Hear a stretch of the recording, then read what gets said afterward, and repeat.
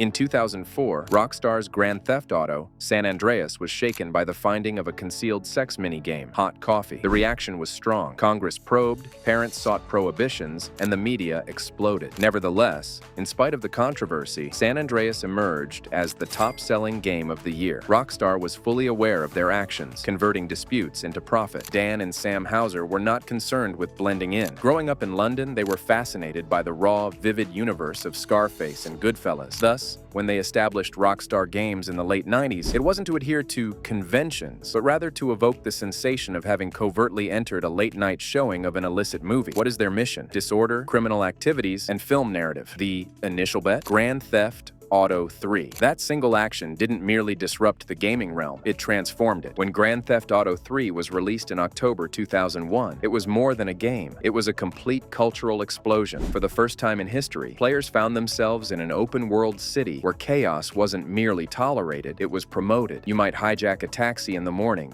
engage in a gunfight by noon, and run over the person who offended you simply on a whim. The game offered players a form of chaotic freedom that was both thrilling and forbidden. And just like that, Rockstar found the secret. Create a game so outrageous, so completely unrefined, that it demanded attention. The response? Instant, aggressive, noisy. Politicians appeared on news programs with worried expressions and ethical indignation. Headlines shouted that the game was damaging young people. Lawsuits accumulated. Even parents who had never used a joystick suddenly began calling for prohibitions. However, Rockstar's finances were increasing as the media was going into a frenzy. GTA 3 didn't merely sell, it skyrocketed. It changed the regulations. And Rockstar enjoyed every moment of the controversy. As the world busied itself with its outrage, Rockstar demonstrated a clear point: rebellion is profitable, and they were only beginning. In 2004, Rockstar didn't merely create a buzz, they knocked it off the burner and ignited the entire kitchen. The hot coffee controversy wasn't merely an error or an outlier modification. It was a catastrophic explosion affecting the whole gaming industry. Concealed within GTA, San Andreas was a secret sex minigame, never intended for public viewing. However, it was discovered by modders, and when it was unleashed, the disorder became uncontainable. Headlines shouted, politicians froth at the mouth. Hillary Clinton urged federal intervention. The ESRB assigned the game an adults-only rating, which is often fatal for many studios. However, Rockstar, they transformed adversity into opportunity. Sales surged as gamers hurried to obtain a copy before it was removed from stores. Rockstar was facing a lawsuit, no doubt, but they were also becoming wealthy. The controversy wasn't a hindrance. It was a springboard. Parents were appalled. Children were fascinated. The media intensified the situation, yet Rockstar managed the flames. And just like that, they understood a perilous truth. Anger could be turned into profit. That moment wasn't merely a controversy, it was a model, and Rockstar was just beginning. Before anyone had played a single mission, Bully was already being condemned by the media. Rockstar had just revealed the title when the moral outrage surged into full swing. A game that teaches kids how to bully, shouted the headlines. Groups of parents were outraged. School boards requested instant prohibitions. Politicians who had never used a controller claimed it would ruin the morals of young people. Even retailers were reluctant to carry it. But here's the twist. The majority of them were clueless about the true nature of the game. Since Bully wasn't a distorted simulation of harshness, you didn't act like the bully, you battled them. You were Jimmy Hopkins, a savvy youth thrown into a dishonest prep school, attempting to get by. You confronted the elitists, the athletes, and the deceitful personnel. However, that was irrelevant. Rockstar had already triumphed. The Tempest was flawless. The more the media stirred, the more gamers became intrigued, and when Bully was finally released, the controversy didn't destroy it, it propelled it forward. Critics were caught off guard, supporters were captivated, and Rockstar, they demonstrated yet again that to sell millions, you only require some outrage and a great deal of courage. In 2010, Rockstar changed the game with Red Dead Redemption. It was brutal,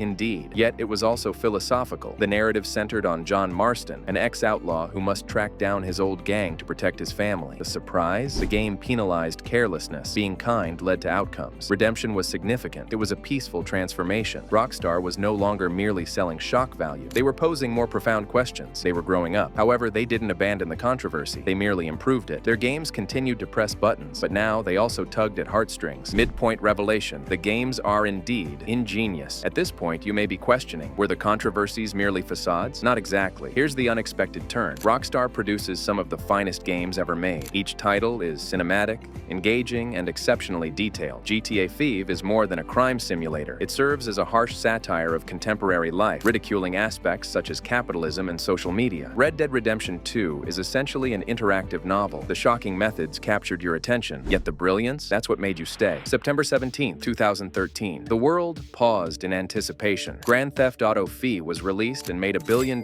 within 72 hours. That's not a marketing gimmick. That hasn't been modified for inflation. That's money readily available. No movie, no book available, no record. Nothing in the history of entertainment had ever progressed that quickly. Hollywood executives were taken aback. Analysts on Wall Street found themselves searching for answers. And what about the fans? They queued at midnight, missing school, missing work, all to immerse themselves in a fictional Los Santos that seemed more vibrant than many cities on the planet. This had ceased to be merely a game. This was a cultural phenomenon. Rockstar achieved it, transforming from defiant outlaws to titans of the industry. And here's the twist. They hardly engaged in any conventional marketing. No E3 presentations, no extravagant interviews, only silence, enigma, and a single enigmatic trailer. Yet again, $1 billion in 3 days. As studios pursued trends, Rockstar made profits by disregarding them. Each dispute, every protest, and every furious headline led to this moment. The instant they transitioned from notorious to unstoppable. What about the remainder of the industry? They had stopped competing. They were merely attempting to stay alive. Rockstar doesn't just sell games, they create passions. While other studios inundate timelines with teaser trailers, developer diaries, and exaggerated commitments, Rockstar operates in complete quiet. No extravagant displays, no unnecessary background details, no awkward developer interviews urgently pleading for your pre-order. Rather,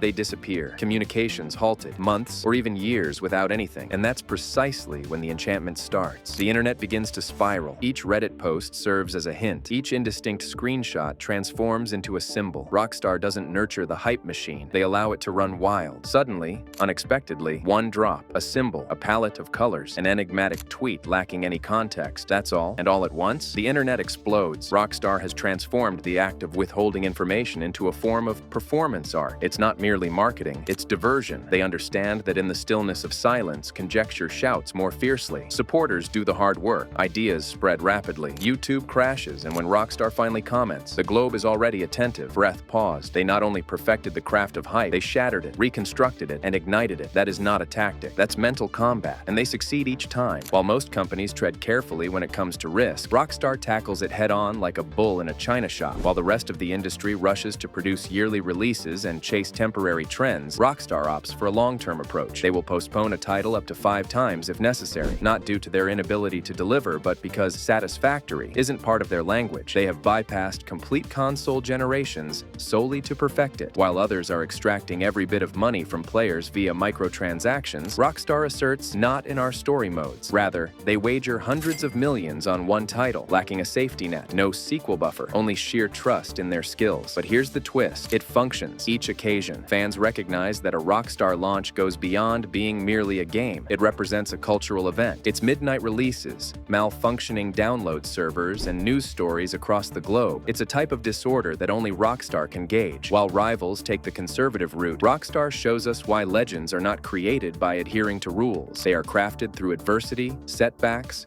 controversy, and unparalleled drive. However, let's not misunderstand. Every masterpiece comes with an unseen price. Beneath the billion-dollar games of Rockstar's empire lies a harsh reality. Excellence requires sacrifice. As the champagne poured and sales records were broken, the atmosphere within those studio walls wasn't consistently festive. There were nights without sleep, overlooked birthdays, a cycle of stress and flawlessness. The notorious crunch culture emerged in 2018, exposing that certain Rockstar developers were working 100-hour weeks to deliver Red Dead Redemption 2. One of them even mentioned it felt like creating something lovely while sinking. Then arrived the actual surprise, February 2020. Dan Houser, the lyrical rebel behind Rockstar's artistic essence, discreetly departed. No media briefing, no elaborate farewell, simply vanished. Some claim he was exhausted. Some people murmur about artistic conflicts or battles for control in private. Regardless of the truth, one thing is obvious. When Dan departed, the final element of Rockstar's initial defiance went with him. Fans are now left to question if the studio can continue to break boundaries without the visionary who established them. Or could this be the start of Rockstar evolving delving into the very system they previously opposed. GTA 6 is approaching, and everyone is watching it closely. Will it crash the internet like its forerunners? Will it raise the standards and break every anticipation? And naturally, will it annoy people in the most positive way? The world has changed significantly since San Andreas, with social conditions and sensitivities escalating to unprecedented levels. However, if there's something we understand about Rockstar, it's that they flourish in controversy. They've faced criticism, and truthfully, they might just be the ones to ignite the flames. The true question isn't whether they will cross the line, but rather how far they'll extend it. Are we genuinely prepared for what comes next? Keep watching, as the mayhem with Rockstar is only beginning. Which Rockstar dispute do you believe was the craziest? Leave it in the comments and share this on to someone who still believes hot coffee was merely a beverage.